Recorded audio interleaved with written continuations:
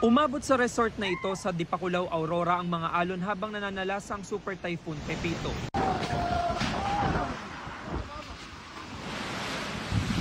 Walang tigil din ang malakas na hangin at ulan sa Baler.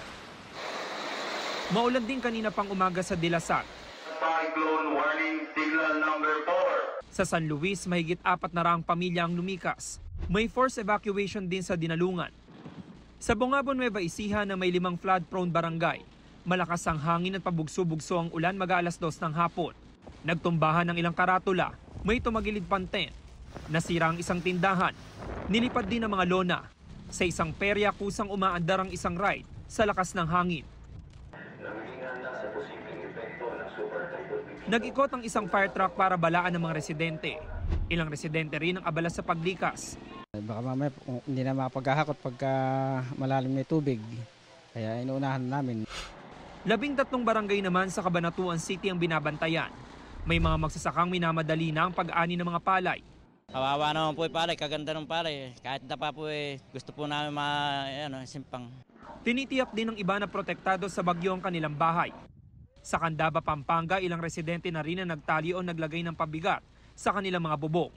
Ang MDRMO nakaalerto na.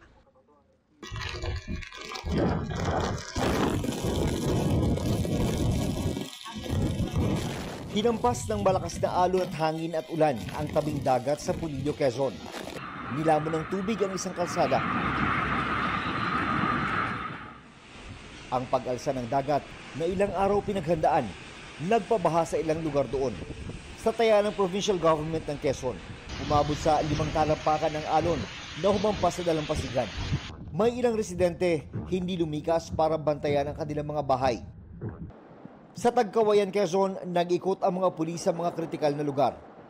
Nang lumiwanag, dama pa rin ang lakas ng hanging dala ng bagyo. Sa gitna ng ulan at hangin, nagpa-rescue ang mag-iinang ito dahil baka mawasak ang kanilang kubo. Bali na po kami dito na lang, mga bata na lang importante, maliliit pa pati.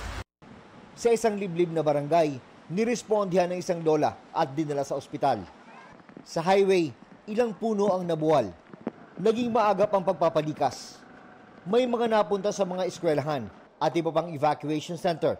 Ang iba, sa kapilya gaya nito pansamantalang sumilong habang may bagyo. Kasama pa namin ang Panginoon Diyos at may bagyo man o hindi, dito kami at mas safe kami dito dahil sa chapel po kami na nag-evacuate po. Ang bilin po ni Governor Dr. Helen Tan sa mga LGU, sa mga MDRMO, hanggang hindi po binababa yung signal ay hindi po sila pababalikin doon sa kanilang mga tahanan. Sa Sariaya, isinara ang Lagnas Bridge sa Maharlika Highway na papuntang Bicol. Mahina na raw kasi ang pundasyon nito kaya delikado. Maliwanag pa lang kahapon,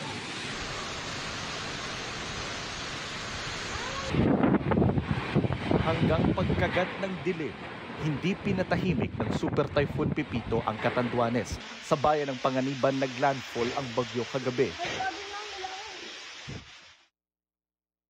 Nang lumiwanag, tumambad ang lawak ng pinsala.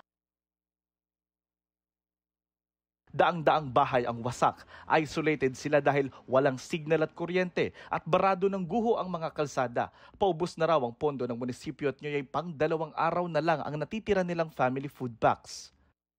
Any day, itong mga parating na araw, pwede na po kaming makaramdam ng kakulangan sa pagkain. Mamarapati ng national government na mapansin po kami rito, malaking tulong po yan sa amin. Bugbog sarado rin ang Karamoran, sira ang maraming bahay at kubo, halos tuklap din ang bubong ng isang covered court. Sa Bagamanok, isang bahay ang nasira ang bubong kaya pinasok ng tubig. Bahay man, poste o simbahan, kahit presinto, hindi sinanto ng bagyo.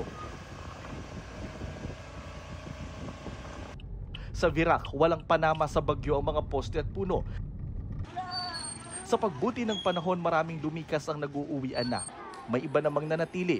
Yung bahay namin talagang wasak siya, hindi siya napitirahan. Sa Higmoto, bumaha at humambalang sa daan ang mga natumbang puno at bahagi ng mga bahay. Sa Viga, mismong Emergency Operation Center nila ang napuruan at nasira. Ganyan din ang sinapit ng maraming bahay roon. baha rin sa ilang lugar. Sa bayan ng San Andres, isang buntis ang tinulungang manganak ng mga otoridad. Maayos na ang lagay sa ospital ng mag-ina. Ang paghupa ng unos, umpisa na rin ang pagbangon. Kabi-kabila na ang clearing operations, gaya sa San Miguel na napuruhan ng mga landslide. Ayon kay Catanduanes Governor Joseph Cua, 6 na bayan ang pinakanapinsala, 5 bayan ang isolated.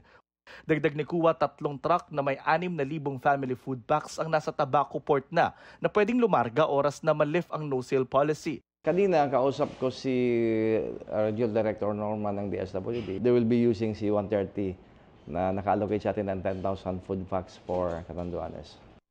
Para sa GMA Integrated News, Jonathan Andal, nakatutok, 24 oras.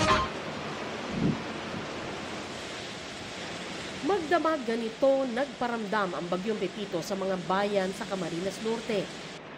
Ang tindahang ito tinangay ng hangin. May mga alagang baboy na itinali sa gilid ng kalsada. Tumaas ang tubig sa dagat, higit na malakas at malaki ang alon. 6:30 ng umaga, ganito pa rin kalakas ang ulan at hangin dito sa Camarines Norte. Ang kinakahinga na lang na maluwag kahit paano ng mga otoridad dito ay hindi nangyari yung pinangangambahan na 2 to 3 meters sa taas ng storm surge. Sa Bagasbas Road sa Daet, tumumba ang posting ito dahil sa lakas ng hangin at ulan. Ilang sasakyan ang dumaraan pa rin sa ilalim nito para di na umikot na malayo.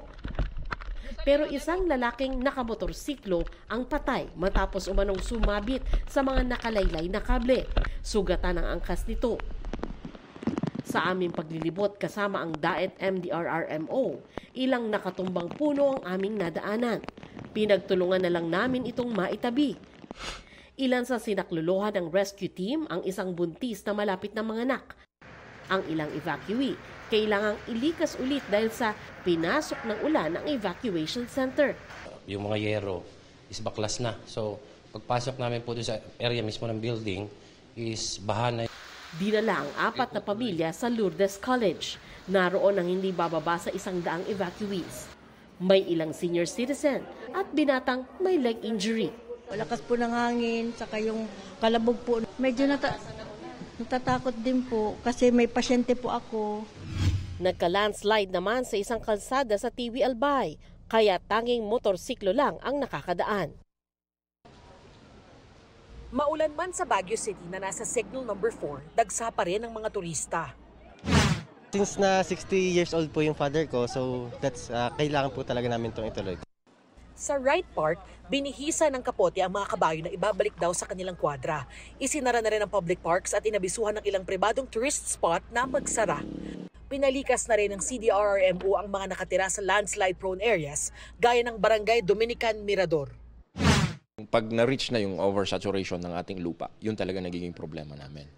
Kung ano naman na mayroon ng mga movements na yan na nakakatakot, of course, we will get out of the house. Inikutan din ng LGU ang mga bahaing lugar tulad sa Barangay Lower Rock Quarry dahil baka umapaw ang City Camp Lagoon. Ipinwesto na rin ang rescue equipment. Naghanda na rin ang Philippine Military Academy sakaling kailanganin ang emergency response. Hindi alintana ang malakas na hangin, pumalaot pa rin ang ilang mangingisda sa Laguna de Bay sa Calambas City, Laguna. Kailangan daw kasi nila ng pang-ulam lalo na ngayong may bagyo. Sa Binyan City, sinundo na ng mga rescuer ang pamilya ni Heidelin. Pinasok na ng tubig ang bahay nila kaya kahit saglit pa lang sila nakakauwi matapos ang bagyong Christine, balik evacuation center na naman sila. Medyo mahirap lang talaga. May mga bata, hindi ka agad makaalis. Mahigit 5,000 nakatira sa gilid ng Laguna Lake ang siksikan sa mga evacuation center. Pero ang evacuation center sa Barangay de la Paz maaaring bahain tulad ng nangyari noong bagyong Christine. Kaya ang ilan tulad ni Lola Benita sa mga pasilyo muna ng eskwelahan magpapalipas ng gabi. Pagka po walang bababa na po kami. Pinaakyat lang po kami ng polis kasi may dadating po raw na bagyo. Baka po tumaas ngayong gabi. Marami sa mga evacuee halos 1 buwan na sa evacuation center dahil hindi pa humuhupa ang tubig sa lugar nila.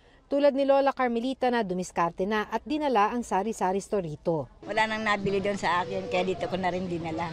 Paubos na rin ang calamity fund ng syudad. Kaya pa naman kung ang pag-uusapan is yung pagkain, pag yung mga bahay ang nasira, that will be a bigger problem. Sa Noveleta, Cavite naman, ipinarada ng ilang barangay ang kanilang mga sasakyan sa mataas na bahagi ng kalsada dahil posibleng umapaw ang Ilang-Ilang River. Para sa GMA Integrated News, Maki Pulido, nakatutok, 24 oras. Kusang nagsilikas ang ilang residenteng nakatira sa bahaing bahagi ng Tagumpay Extension sa Barangay Silangan, Quezon City. Hindi po, ito member ko sa Corpus ko eh. Habang maaga po, kasi mahirap po pag lumaki ng tubig na po. Isa sa mga naunang lumikas ang 8 buwang buntis na residente. Noong bagyong Christine kasi, lagpas tao ang baha roon at pahirapan ang pagsagip sa kanila. Para malaman po natin kung gaano kataas yung inabot ng baha nung bagyong Christine, tignan nyo po itong lumot na ito sa bahagi ng bahay na ito. At yan nga po ang pinangangambahan ng mga residente rito sakaling lumakas ulit ang ulan ngayong bagyo. Ayon sa mga residente, mahigit 5 taon nang hindi naaayos ang nasirang bahagi ng retaining wall na proteksyon sana nila mula sa katabing creek. Nakita naman po ninyo sir na gumuguho na po yung lupa. Ang sabi po nila sir, aayusin daw po. Sinusubukan pa namin kunin ang panig ng Quezon City LGU dahil daw sa maagang babala sa bagyo, sumunod sa preemptive evacuation ng mga residenteng nasa flood-prone areas. Good thing naman po, natuto yung mga resident na wala pang tubig. Sa Maynila, may mga kable ng kuryenteng gumigewang at may mga payong bumaliktad na. Kaya ang ilang residente nag-evacuate na rin. Malakas na hangin at malalaking alon ang naranasan sa Manila Bay sa Navotas. Ang mga mangingisda itinali na ang kanilang mga bangka. Nagsagawa na rin ng preemptive evacuation. Nakahanda na rin ang Marikina LGU